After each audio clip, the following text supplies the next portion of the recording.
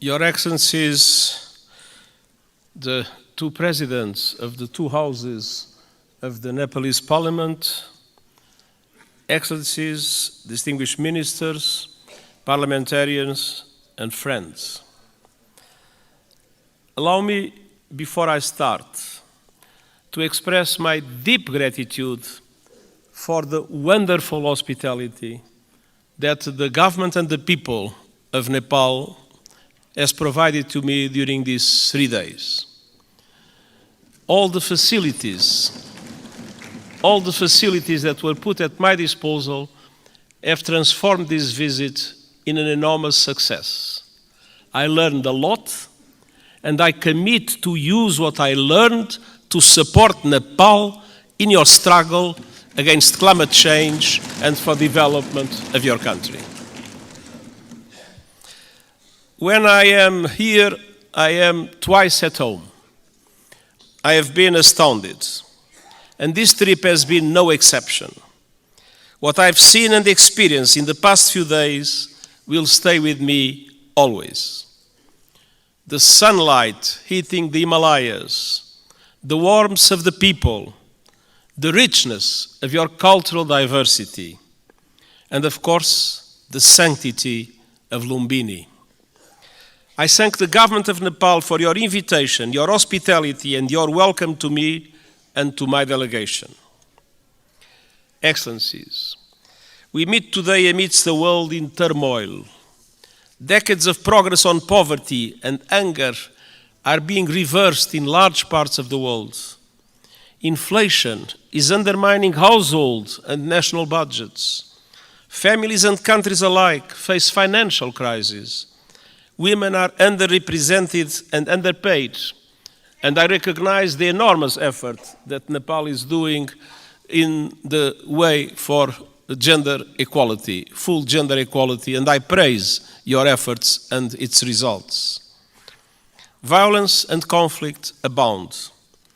While the conflict in the Middle East is thousands of miles away, Nepalis were among the many victims of Hamas' brutal attacks in Israel.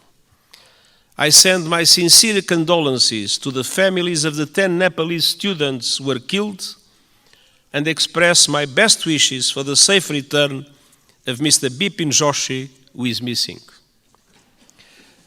Distinguished parliamentarians, as geopolitical tensions rise, global divisions are becoming deeper and more dangerous, and smaller countries fear becoming collateral damage in competition between the great powers.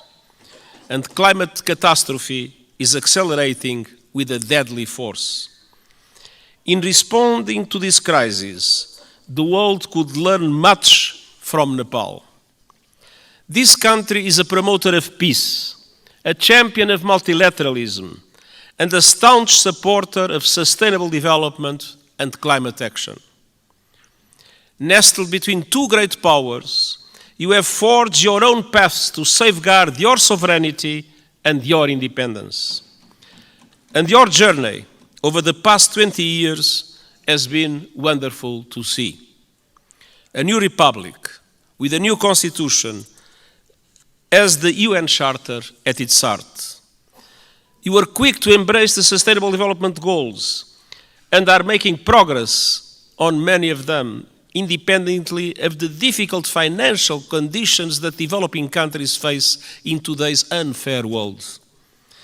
Your country has successfully calmed the storms of conflict and moved from war to peace, a process the United Nations has been proud to support. Dear parliamentarian colleagues, Nepal does not stand still. Your dynamic story of progress continues today. Your graduation from least developed countries status is imminent, and the United Nations is committed to supporting a smooth transition.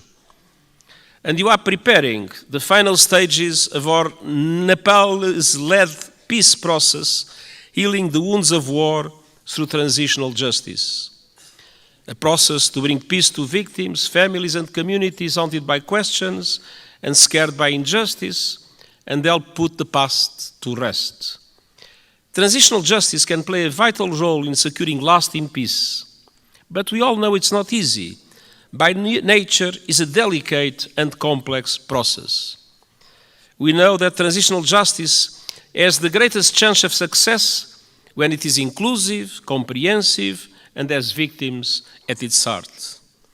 When it centers on truth, reparation, and justice, when women participate fully, and when all victims of human rights violations can find meaningful redress. And I welcome efforts here in Nepal to drive progress and find solutions in this regard. And I want to tell you are not alone. The United Nations, respecting the Nepalese leadership of this process, stands ready to support you with your victim-centered process and its implementation in line with international standards, your own Supreme Court's rulings. The United Nations and Nepal are old friends. Our cooperation runs deep. Nepal has long been a cherished member of the UN family and a powerful voice for developing countries, most recently as chair of the Least Developed Countries Group. And this relatively small country compared with the big powers has made an outsized contribution to international peace. Of all the countries on Earth, Nepal is the second largest contributor of troops to United Nations missions, military and police. I'm sincerely grateful to the Nepali people for their dedication, their courage, and their service in peacekeeping. And I would like to take a moment and ask for one moment of silence to honor those Nepalese who have lost their lives serving under the blue flag. Their memory will never be forgotten, and the United Nations is proud of the exceptional contribution of Nepalese soldiers and police officers in our peacekeeping missions. Dear parliamentarian colleagues, on climate action, Nepal is a frontrunner. You are on target to reach net zero emissions by 2045. Thanks to extraordinary reforestation efforts, trees now cover almost half of the country. And you are one of the pioneers of the Early Warning Systems for All initiative, which aims to protect every person on Earth by 2027. Yet global crises are hitting Nepal hard, as they are developing countries around the world. The lingering effects of COVID-19 pandemic, inflation, and above all the climate crisis are threatening hard-won development gains and squeezing the funds available for investment. Nepal contributes a minimal fraction of a percent, 0.000%, to global emissions. But monsoons, storms, landslides are growing in force and ferocity, sweeping away crops, livestock, and entire villages, decimating economies and ruining lives. In August, landslides caused by heavy rains caused devastation and killed scores of people. And glaciers are melting at record levels. I was a witness. Nepal has lost close to a third of its ice in just over 30 years. The effect is devastating. Swollen lakes bursting, rivers and seas rising, cultures threatened, and mountainsides exposed, inflaming the risk of landslides, and avalanche. Threats will continue mounting. Himalayan glaciers provide fresh water to over 1 billion people. As they shrink, so do river flows. In the future, now we have too much floods, but one day in the future, Himalayan rivers like the Indus, the Ganges, and the Brahmaputra will have their flow severely limited. Combined with saltwater intrusion, that will decimate deltas in this region and beyond. That could mean low-lying communities and entire countries erased forever. Millions of people on the move and fierce competition for water and land.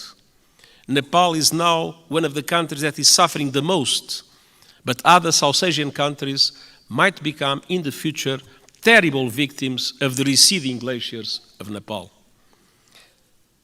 Dear parliamentarian colleagues, what is happening in this country as a result of climate change is an appalling injustice and a searing indictment of the fossil fuel age. I am deeply concerned by those communities in Nepal facing the brutal impacts of the climate crisis. The United Nations stands with them. The world must do the same. That was one of the reasons why I took profit of my visit to the Everest base camp to issue a video for the whole world showing the drama of receding glaciers and the impacts that will have in the future. Nepal and other developing countries need far greater international support to aid development, accelerate climate action, and weather the current global storms. I have proposed a Sustainable Development Goals stimulus that would release at least $500 billion a year in affordable long-term finance for sustainable development and climate action in developing countries like Nepal. Member States welcomed the proposal at the General Assembly last month and committed to advance it. I call on them to take action now to make these commitments a reality. Unfortunately, in our world, many times people announce commitments and then do not implement those commitments. These commitments about finance for developing countries and climate action must be implemented.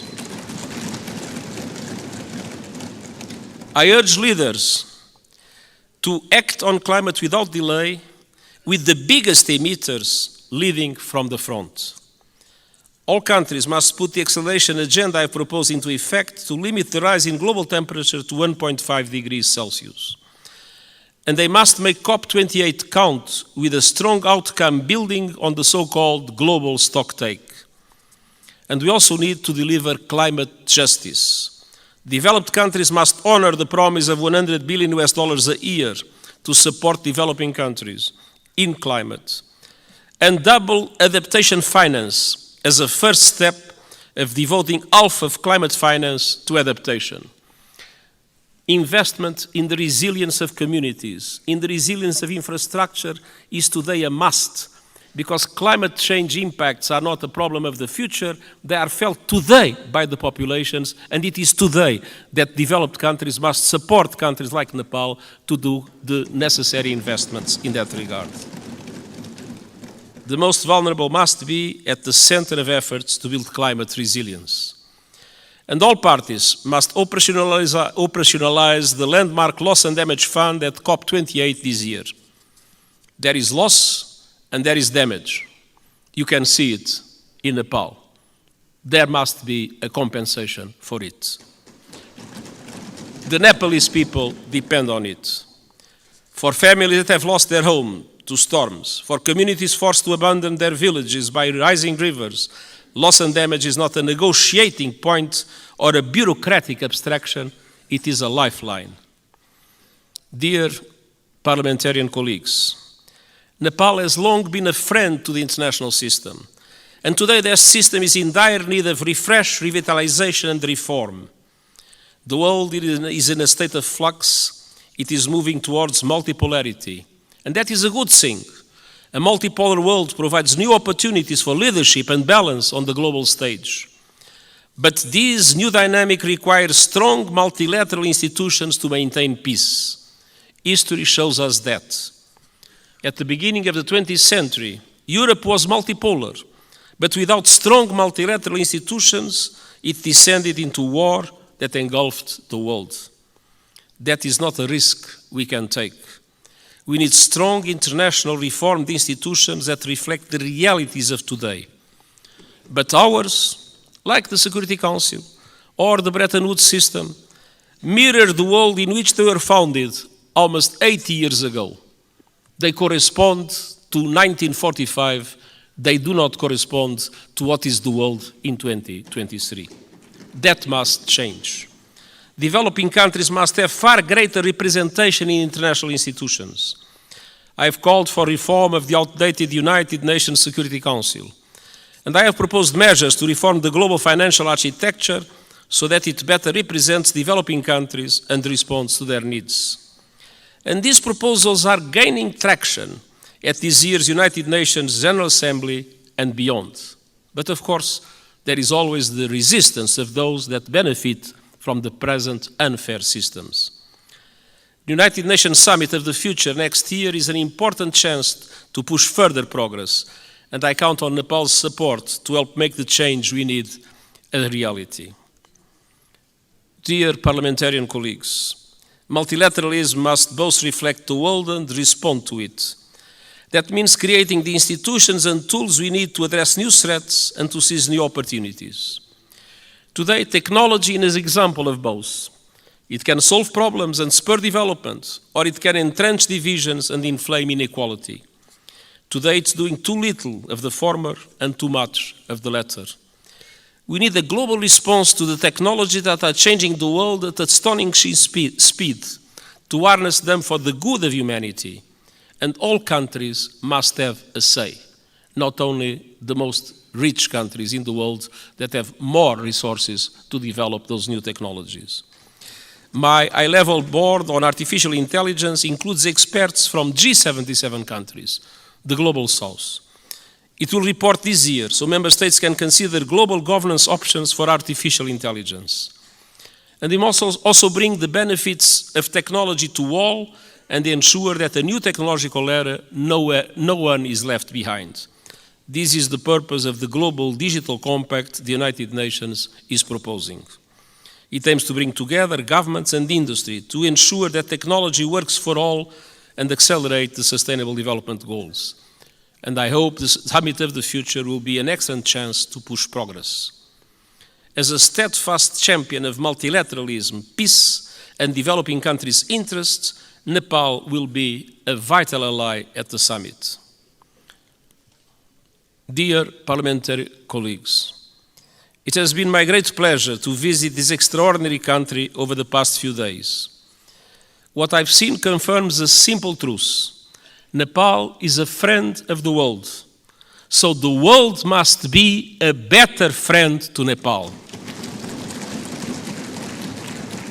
And the United Nations will never stop fighting to make that a reality, and I thank you.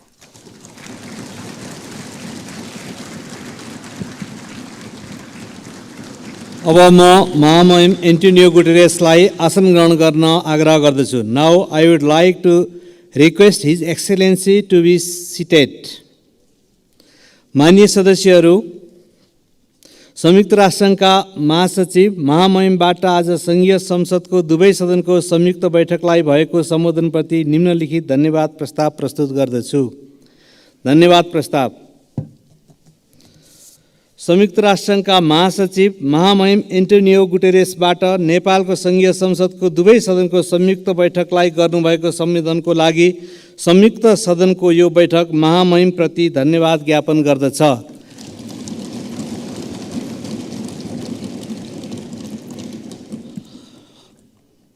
Motion of thanks.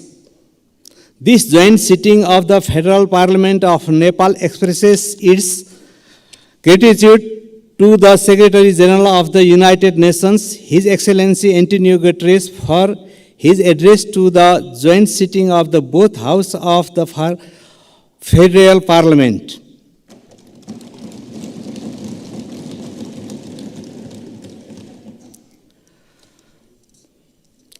माननीय सदस्यहरू, उक्त धन्यवादको प्रस्तावलाई सहमति जनाइदिनु हुन म आग्रह गर्दछु.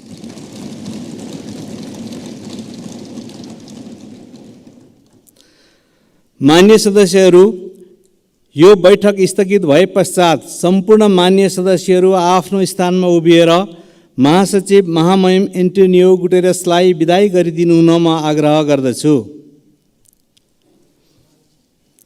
माननीय सदस्यहरू, संघीय संसदको दुवै सदनको संयुक्त बैठक यही स्थगित हुन्छ.